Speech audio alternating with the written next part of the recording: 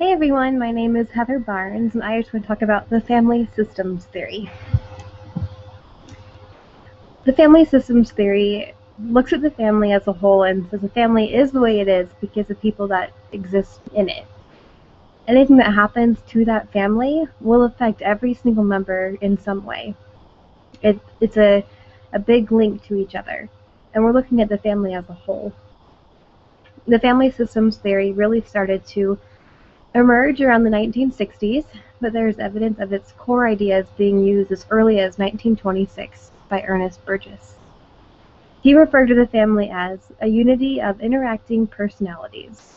This is definitely an idea that comes from the family systems theory. We're going to have you watch the clip Finding Nemo. I'll give you a few minutes to watch that. Hopefully you already have. If not, go ahead and take a few minutes right now to do that. The concepts in this video that I thought were pretty evident were circular causality, I don't know how to say that word, negative feedback, boundaries, family rules, equilibrium, identified patient, family flexibility, and family cohesion. One thing that I want to talk about first was the cohesion in this family.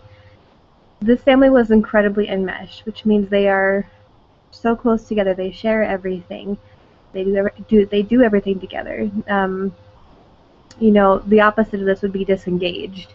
And I think that it's obvious that Nemo and his dad are definitely not disengaged. They are going to be completely opposite.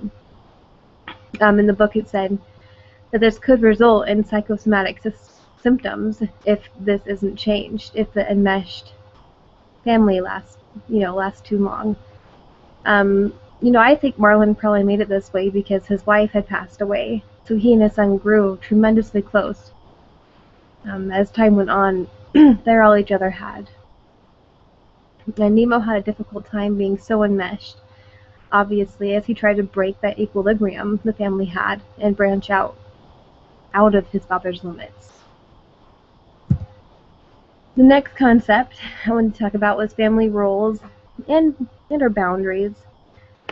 This family had a lot of unwritten family rules that Nemo just knew to always abide by. Marlin trusted him to do just that. Marlin created these thick boundaries to prevent any change in their homeostasis. He felt like he had to protect Nemo, and this most likely resulted in him creating these thicker and thicker boundaries as Nemo got older. One thing to remember is that they didn't like to deviate from their equilibrium. This was almost a family rule in itself. While Nemo wanted to sometimes, he was still a little hesitant to do so. The next concept is circular causality. I like this because this family is really in this circle that just doesn't end. One thing causes another thing. And it just gets worse and worse each time they go around the circle. Nemo will feel trapped in this home environment, and then he acts out and tries to break this equilibrium. And then Marlin gets scared to deviate from the equilibrium, and then Marlin will just make thicker boundaries, which in turn makes Nemo feel even more trapped, and then he breaks the equilibrium again. It's just, obviously, we can see the cycle going on. That affects the family. That's pretty much all I have for you today. Hopefully I cleared up some ideas for the family systems theory, and hopefully Marlin and Nemo helped you understand it a little better.